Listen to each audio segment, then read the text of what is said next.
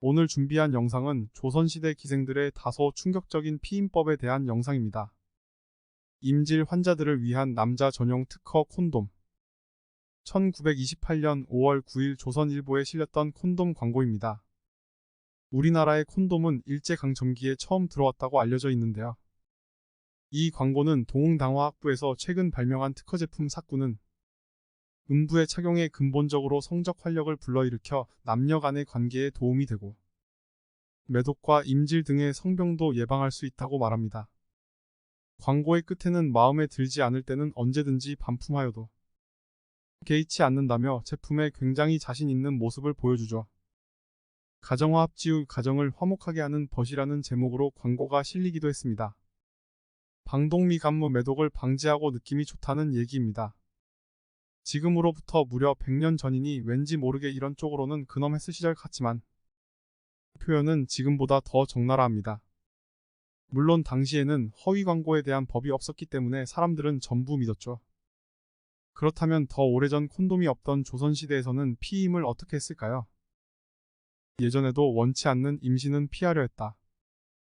먼저 앞선 저희 기생에 대한 영상에서 소개했듯이 현재 미디어를 통해 막대해지는 기생의 모습은 과장이 있는 모습입니다. 1패 기생들은 일종의 자부심처럼 생각하고 몸을 팔지 않았습니다. 하지만 3패 기생들은 달랐죠. 3패 기생들은 가장 낮은 기생이다 보니 대부분 평민을 상대하며 그녀들의 주 업무는 몸을 파는 일이었다고 합니다. 지금 우리가 생각하는 기생, 그냥 몸 파는 여자들 아니야? 라고 하는 이미지도 다 여기서 생겼다고 보시면 되는데요.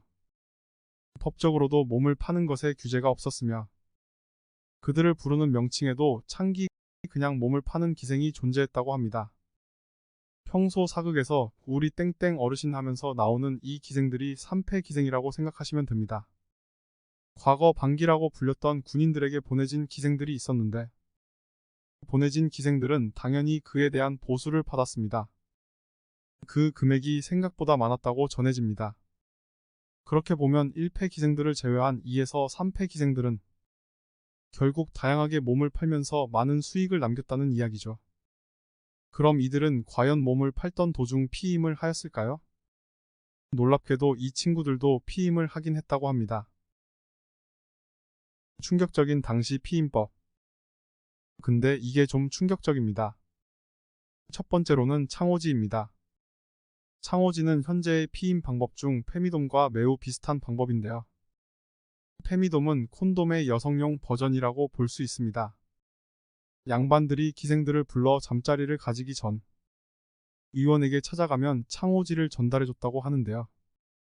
이걸 기생들의 안에 넣고 다 끝내고 나면 이 고급 창호지가 임신을 막아준다는 뭐 이런 이론이었죠. 또 근데 이걸 어떻게 기생의 안에 넣고 사정하면 정액을 막아준다. 이런 상스러운 말을 할 수도 없잖아요. 그러다 보니까 기록상에는 고급 창호지가 양반분들이 양기를 막아준다 정도로 표현되어 있다고 합니다. 이 그림은 김홍도의 춘화도인데요. 여기 그림 속 남성이 작은 창호지 조각을 손에 들고 있는 것이 보이시죠? 그림이 남겨질 정도로 당시 흔히 사용했던 피임법이라고 합니다. 하지만 피임률이 당연히 낮을 뿐더러 창호지가 멸균되지 않았을 경우 부작용이 정말 많았을 겁니다. 돼지 창자 콘돔. 그리고 두 번째는 이제 반대로 자기가 끼는 조선 버전 콘돔인데 돼지 창자 콘돔입니다. 돼지 창자로 만들어진 콘돔은 기원전 천년경에 그려진 이집트 벽화에도 등장했을 만큼 과거 서양에서도 흔하게 사용되던 피임 방법이었죠. 고기가 귀하던 조선시대에 만들다 보니 굉장히 고위층만 사용했다고 알려지고 그러다 보니 단순 피임보단 성병 예방을 위해 사용했다고 합니다. 지금의 콘돔과는 다르게 한번 쓰고 버리는 것이 아니라 사용 후에는 다시 우유에 넣어 부드럽게 만들어 재사용했다고 합니다. 건강은 안중에도 없었나? 마지막으로 소금물 역시 1900년대 초까지 인기가 있었던 피임 방법인데요. 성관계 직후에 소금물로 질 내부를 세척하면 임신을 막을 수 있다고 생각했습니다. 실제로 소금에는 살균 효과가 있기는 하지만 확실한 피임법은 아니었죠. 무엇보다 여성의 건강에 좋지 않았던 방법이었습니다. 미신도 있었는데요. 조선시대에는 성관계하고 나서 뒤로 7에서 9걸음 정도를 팔짝 뛰면 임신이 되지 않는다는 속설이 있었다고 합니다. 딱히 확실한 피임법이 없던 당시의 사람들은 미신에라도 의지할 수밖에 없었던 상황이었던 거죠. 자연주기법은 지금도 사용되는 여성의 생리주기를 이용한 피임 방법인데요. 배란기의 성관계를 피함으로써 피임하는 방법입니다.